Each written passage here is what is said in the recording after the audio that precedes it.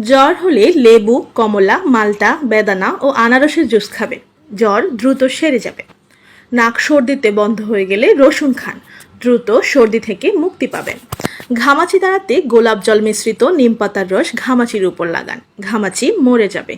সাদা আমাশয়ের সমস্যা থাকলে সবরি কলা কাঁচা খান, দ্রুত আমাশয় ভালো হয়ে যাবে।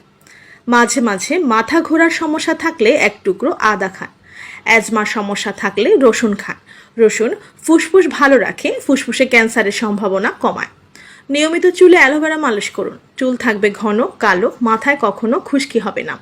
ডালিমের রস কিডনিতে পাথর তৈরিতে বাধা সৃষ্টি করে এবং কিডনি সবসময় ভালো থাকে। নিয়মিত ভেজানো কিশমিশ খান, শরীর সবসময় বিষমুক্ত থাকবে। অতিরিক্ত গ্যাসের ওষুধ খাবেন না, বেশি গ্যাসের ওষুধ খেলে রক্তশূন্যতা এবং হাড় ক্ষয় হতে পারে। প্রেশার বেড়ে গেলে ডাব খান, প্রেশার নিয়ন্ত্রণে আসবে। কোষ্ঠকাঠিন্যের সমস্যা থাকলে অতিরিক্ত চা খাওয়া বর্জন করুন।